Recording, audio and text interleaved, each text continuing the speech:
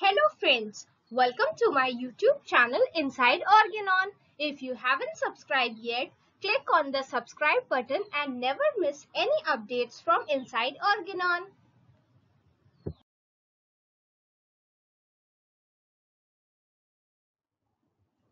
So friends, today's topic is case taking. Case taking क्या होती है?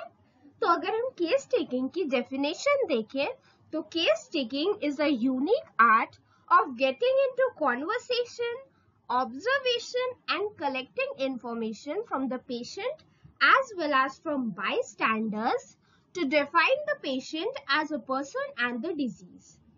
तो case taking जो होती है वो हर इंसान की, हर इंडिविजुअल की अलग अलग होती है और केस टेकिंग के दौरान एक फिजिशियन अपने पेशेंट के साथ कॉन्वर्सेशन में जाता है, उसे ऑब्जर्व करता है, उसके सिम्टम्स को ऑब्जर्व करता है, कुछ इंफॉर्मेशन उसे पेशेंट से मिलती है, कुछ सिम्टम्स उसे उसके साथ आए हुए लोगों से मिलती है यानी कि बाय स्टैंडर्स से मिलती है और वो सारी इंफॉर्मेशन कलेक्टिवली फॉर्म करती है टोटलिटी ऑफ सिम्टम या पोर्ट्रेट ऑफ डिजीज और जो कि फाइनली हमारी हेल्प करता है रेमेडी सिलेक्शन में, होम्योपैथिकली सूटेड रेमेडी के सिलेक्शन में।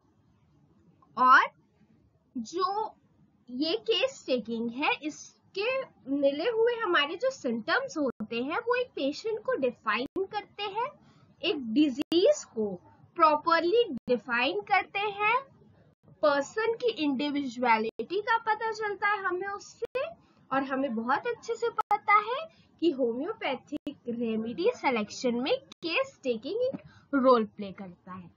Friends, case taking aphorism number 83 to 104 में डिस्कस किया गया है, तो हम एक एक करके इन सारे एफोरिज्म को ध्यान से पढ़ेंगे।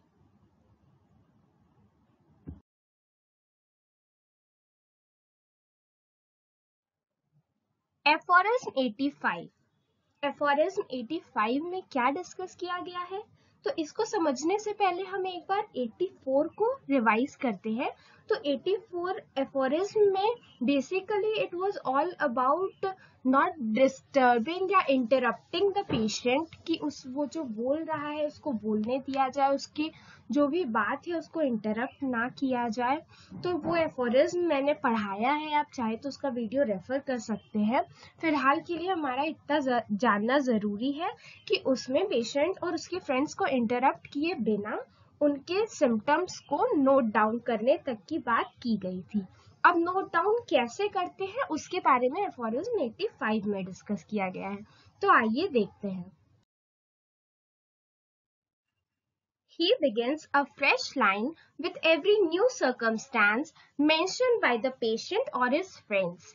He यहाँ पे यूज किया गया है फिजिशियन के लिए, तो वो हमेशा एक फ्रेश लाइन से हर नए सर्कमस्टेंस, हर नई सिचुएशन, हर नए सिम्टम के लिए वो एक फ्रेश लाइन से हमेशा नोट करना स्टार्ट करना चाहिए। अब डॉक्टर हैनमन ने ये बात बोली है, ये डायरेक्शन दी है, तो इसके पीछे कोई ना कोई रीजन तो होगा ही, तो वो रीजन आगे लिखा हुआ है। So that the symptoms shall be ranged separately one below the other, ताकि वो जो सिम्टम्स हैं उसको अरेंज किया जा सके सेपरेटली, एक के नीचे एक, one below the other. He can thus add to any one that may at first have been related in too vague a manner. मतलब ऐसा भी हो सकता है कि कोई सिम्टम्स जो बताए गए हो, कुछ सिम्टम्स ऐसे हो जो बहुत वेग तरीके से, बहुत डिटेल में नहीं, ऐसे भद्दे तरीके से या हल्के तरीके से बस बता दिए गए सुपरफिशियली। तो ऐसे सिम्टम्स को हम बाद में पेशेंट से और ज्यादा अच्छे से पूछ के उसको स्पष्ट रूप में या फिर अच्छे से उसे इलैबोरेट करने के लिए कह सकते हैं और उसके बाद फिर हम उसे नोट डाउन कर सकते हैं। देखिए आगे लिखा है, ही कैन दस add to anyone, ठीक है, that may at first have been related in too vague a manner, but subsequently more explicitly explained. ठीक, बाद में अगर explicitly मतलब होता है स्पष्ट रूप से, अगर उसे एक्सप्लेन कर दिया गया हो तो फिर हम उसको लिख सकते हैं अगर चाहें तो, ठीक है। So this was about aphorism number 85। अब हम देखते हैं aphorism number 86।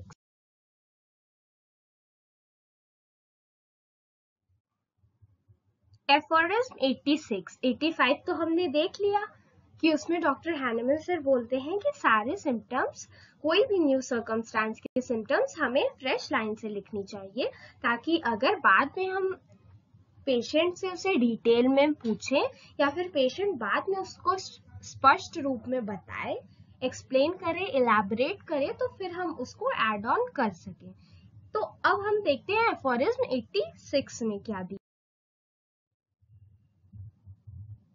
When the narrators have finished what they would say of their own accord, मतलब जब नरेटर मतलब कौन, पेशेंट या फिर जो आंसर्स दे रहा है फिजिशियन के क्वेश्चन का, have finished what they would say of their own accord, मतलब वो खुद के अकॉर्डिंग जो बताना चाहते हैं अगर वो बता चुके हैं, तो क्या होता है, फिर आगे लिखा है the physician then reverts to each particular symptoms, मतलब फिर क्या करता है फिजिशियन, एक एक पिछले सिम्टम पे वापस जाता है और क्या करेगा, and elicits more precise information respecting it in the following manner, मतलब वो फिर सारे पर्टिकुलर सिम्टम्स पे वापस जाएगा और उनके बारे में स्पष्ट इंफॉर्मेशन, प्रिसाइज इंफॉर्मेशन पता करेगा हर सिम्टम के बारे में। कैसे करेगा, he reads over the symptoms as they were related to him one by one, मतलब जैसे जिस तरह एकदम जिस लहजे में जिस स्पेसिफिक सेंटेंस को बोला था उस टाइम पेशेंट ने वो एग्जैक्ट वर्ड्स रिपीट करता है फिजिशियन, लिखा है ना यहाँ पे, he reads over the symptoms as they were related to him one by one, एक एक करके उसको रीड करता है, and about each of them he enquires for further particulars, मतलब उसके बारे में वो और इंफॉर्मेशन कलेक्ट करने की कोशिश करता है। अब वो कैसे करेगा, वो कैसे कैसे क्वेश्चंस पूछ सकता है, at what period did the symptom occur, मान लीजिए उसने कोई पेशेंट आया, उसने आपको सपोज ए सिम्टम बताया, तो फिजिशियन बाद में उस पे गया और उसके बारे में और डिटेल में नॉलेज जानने के लिए पूछेगा किस टाइम पे ये सिम्टम होता है, ठीक है। Was it previous to taking the medicine he had hitherto been using, मतलब क्या जो मेडिसिन उसने अभी दी है उसको यूज करने से पहले भी उसको वो सिम्टम आते थे, while taking the medicine, या फिर जब अभी मेडिसिन ले रहा है तो आ रहे हैं वो सिम्टम्स, और only some days after leaving off the medicine, या फिर मेडिसिन लेना बंद करने के कुछ दिन बाद ये सिम्टम्स आना शुरू होते हैं, ठीक है। अगर वो पेन के बारे में बताता है अगर कोई पेशेंट, तो उससे हम पूछ सकते हैं कैसा पेन होता है, what kind of pain, what sensation exactly was it that occurred on this spot, मतलब एग्जैक्टली वो बर्निंग सेंसेशन थी, इचिंग था, स्टिचिंग पेन था, किस टाइप का पेन था वो पूछ सकते हैं मुझसे। Where was the precise spot, वो एग्जैक्ट स्पॉट प्रिसाइजली बताने को हम कह सकते हैं कि वो कौन सा स्पॉट था जहाँ पे ये होता है। Did the pain occur in fits and by itself, मतलब एट वेरियस टाइम्स, मतलब क्या वो जो फिट्स के मतलब कुछ कुछ देर पे आपको पेन हो रहा था या फिर वो कॉन्टिन्यूड था, देखो आगे लिखा है ना, और was it continued without intermission, मतलब कुछ कुछ देर के गैप के बाद हो रहा था पेन, मतलब फिट्स के फॉर्म में, या फिर वो एकदम कंटिन्यूड फॉर्म में था कि हाँ भाई यहाँ दर्द हो ही रहा है तो वो कंटिन्यूअसली हो रहा है without any intermission. How long did it last, अगर दर्द हो रहा था या फिर कोई भी सिम्टम हुआ तो वो कितने दिन तक रहा या कितने देर तक रहा। At what time of the day और night and in what position of the body was it worse or seized entirely, मतलब at what time of the day or night, दिन और रात के किस समय या फिर बॉडी के किस पोजीशन पे लेटे रहने पे उसको वर्स हो रहा था सिम्टम, मतलब एग्रेवेशन हो रहा था, चलने से हो रहा था, बैठने से हो रहा था, सोने से हो रहा था, किस तरह से उसको वर्स हो रहा था सिम्टम्स, वो बताना है। और सीज्ड एंटायरली, मतलब किस तरह से वो सिम्टम्स बढ़ जा रहे थे या फिर एमिलियोरेट हो जा रहा था, मतलब सीज हो जा रहा था, सिम्टम खत्म हो जा रहा था। ठीक है, ये हमारे किस चीज में आ जाएंगे, मोडालिटी में आ जाएगा। ठीक, what was the exact nature of this or that event or circumstance mentioned? What was the exact number of this or that event or circumstance mentioned? Described in plain words. मतलब exact nature, अगर कोई चीज उसने बहुत ही simplicity से बता दी, कुछ बहुत ही आराम से बता दिया, तो फिर हम उससे पूछेंगे कि ये जो तुमने बहुत ही आराम से बताया है, इसकी इंटेंसिटी को हमें जज करना है।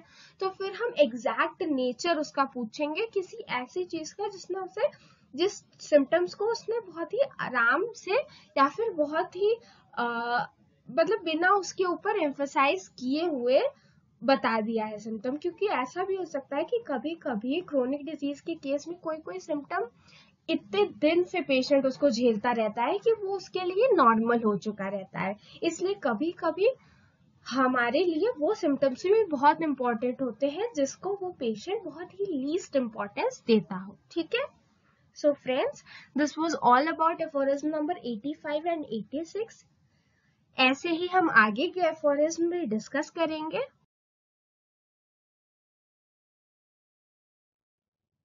I hope I have made everyone understand. मैंने पूरी कोशिश की थी आपको अच्छे से एक्सप्लेन करने की। आगे के एफोरिज्म हम लोग नेक्स्ट वीडियो में देखेंगे।